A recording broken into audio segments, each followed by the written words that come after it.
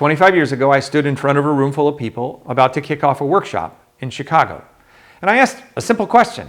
So, why are you here? And almost everybody in the room gave me their answer in the form of a question. And I was really surprised. Now, 25 years later, after having worked with so many people, I find that there are many people, including me, who still struggle at times to answer that question. And if you're someone who likes to set big and challenging goals, you're probably asking yourself the same question, at least sometimes. And this video is dedicated to help you get closer to your answer to that question. Hi, it's David with another entry into the Leadership Library for you. These videos are to provide you with essential ideas and tools for leaders like you who can't help but want to make the world around you better. So I stood there in front of a large group of people, and asked that simple question. And one of the people raised their hand. Well, I can tell you why I'm here. In the brochure, there was a write-up about this class, and it asked the question, are you one of those people who's achieved so much, and yet you still ask yourself the question, is that all there is? That's me. I've achieved a lot, but I'm always it's never satisfying. I'm asking, seriously? Is that all there is? And then another person raised their hand and said, yeah, that's the same for me. And it went around the room. I would say 3/4 of the room said that's why they were there, to see if I could help them answer that question for themselves. So I know I can relate at times to their confusion. I'm guessing you can too. If not now, then in the past, or you will again in the future. And the challenge is that many times we not only don't know the answer to that question, but we don't even know how we landed there in the first place. I mean, you know how it goes. You set a big goal for yourself, and then you work really, really hard, and eventually you probably achieve the goal. And then as you look at all that you've accomplished, you recognize you still aren't fulfilled, or at least not as fulfilled as you thought you would be. So what's going on? Well, let me see if I can offer you some ideas to develop new lenses, a new pair of eyes to understand what's happening and maybe how to answer this question in some new ways for yourself. So what I'd like to share is really a simple idea, maybe even obvious, something you may say, well, I already know that.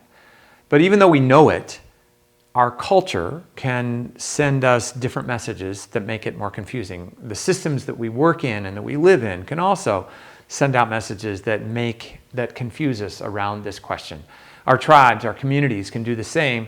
The different forms of media, like social media or even the traditional media, can also do the same. So let's review this simple idea because it feeds how effectively you lead, but it also feeds how happy and satisfied in life you are, so that you hopefully don't have to ask the question too often, is that all there is? So the simple idea is that there are two ways to think about goals. We can drop them into two categories. One is what is commonly known as extrinsic goals. Another is known as the intrinsic goals. And even though you know this, it's worth reviewing, because knowing the difference and actively applying the difference will help you help you be able to answer that question more often and in a satisfying way for yourself. So let me just break it down. So let's just break down what makes these two different ways of looking at goals different. So for extrinsic goals, one of the first things that's obvious probably is that extrinsic goals are more externally measured and motivated. So someone else is going to be possibly the judge of success or not success. And often they're the ones that either you're trying to have them see the goal, like, hey, I want you to see this so you'll be happy with me or my results, or even so that I can impress you. So they're measured by the outside and they're often motivated by the outside. Next, they're tangible. They are things that you can see, you can hear, taste, touch. You can even count them. Those are the things, if it's extrinsic, it's much more tangible. And by the way, you notice I've got this dotted line in the middle. Usually the extrinsic things are more tangible. They can be seen and measured. The things that are intrinsic, we'll talk about that in a second, are more difficult for doing those things. They're just less measurable, less visible. They're achievement oriented. They're defined, and that achievement, what achievement is in extrinsic goal, is often defined by the tribe, the community. Another community or tribe might look at that very same accomplishment as not successful, not an achievement. It's defined by your cultural norms, what is good or bad, or what's normal, and also by the systems that you live and work in, because that can define things like performance, compensation, things like that. As examples would be extrinsic ways of measuring achievement. And let's face it, many times we take on those extrinsic goals is because you and I want to gain some sort of acceptance from someone else. We're of course, self-acceptance, but many times it is directed towards the outside. We're looking for approval in some way when we take on an extrinsic goal. That's one of the things we hope for from it. And the last quality I'll mention when we take on something that's really extrinsically motivated from the outside is that even though it's subjective based on what's happening in your community, what are the cultural norms and things like that, it actually becomes to us almost objective, like this is the truth, this is the only way to define success, this must happen. And so we forget as we're working toward it that it actually is really subjective and subject to many different perspectives. And we take it on as, no, this is the truth, this is what must be for me to be happy. So now let's just quickly do a compare and contrast to make it clear. When something is intrinsically motivated, how does it look different? Well, it's more internally measured and motivated instead of that being externally measured by someone else and trying to achieve perhaps on someone else's standards. It is intangible. It's more of an experience or a feeling that you're going for that will measure, okay, this is what I want, this is success. It's defined by your own experiences, your values, and your wishes, as opposed to, it's more achievement defined by a tribe or some norms in the culture or systems. And it may make sense only to you. Whereas this is, you're taking it on often to gain acceptance outside of you. This is more personally oriented. And in terms of making sense, that's one of the things, because it's intangible. There may be no sense of, see, smell, taste, touch, etc., that this qualifies by. It's more of a feeling or an experience, like I said. And it is subjective, and it remains subjective. Somehow we know when it's intrinsic that it's more about the experience, the feeling. It's internal, and it may be unique to me. And when you are driven mainly by extrinsic motivators, you usually feel, I'll call it hungry in your soul, but trying to feed that hunger with more extrinsic accomplishments is like eating junk food and candy. You just don't feel satisfied for very long, and it's not a deep satisfaction. So, by the way, intrinsic motivations don't guarantee that you'll reach some promised land. But you do feel a bit more alive, even when you're struggling to experience the success of it. So I find that the best cocktail is a combination of extrinsic motivators to make the pursuit challenging and intrinsic motivators that provide inspiration to give it all meaning. And finding the right ingredients and the right ratio for yourself is a practice. And I don't know what the right ratio is for you, but I do know that it's a dial, it's not a switch. The goal of this video is not to make extrinsic motivations bad and intrinsic good. It's really to point this out, help you remember the difference in case you've lost touch with it, because our modern Western world, I observe cultures and systems, that's my work, and our modern Western world and systems and our cultural norms that are often unspoken as much as they are spoken, or expectations as much as they are verbally asked for, are usually in the extrinsic category. And the messages that we get is this is success and this is where my satisfaction will come from. So that's why I'm reminding you of what you already know, because so much of the world around you and me is sending us a different message. But the other question you may ask is, this sounds really personal. What does this have to do with leading other people to big change? Well, let me answer that question by asking you some questions about your own experience. So first, who is someone that's inspired you, a leader that you've worked with or worked for, that's really inspired you to be your best? And if you have one or more people in mind, now think about this. where was their focus? Was it 100% extrinsically focused on, extrinsic accomplishments? Or did they also seem to be inspired by something that was deeper, like finding meaning or happiness or feeling a sense of purpose or connecting to others or even uplifting you? Was that also a part of it?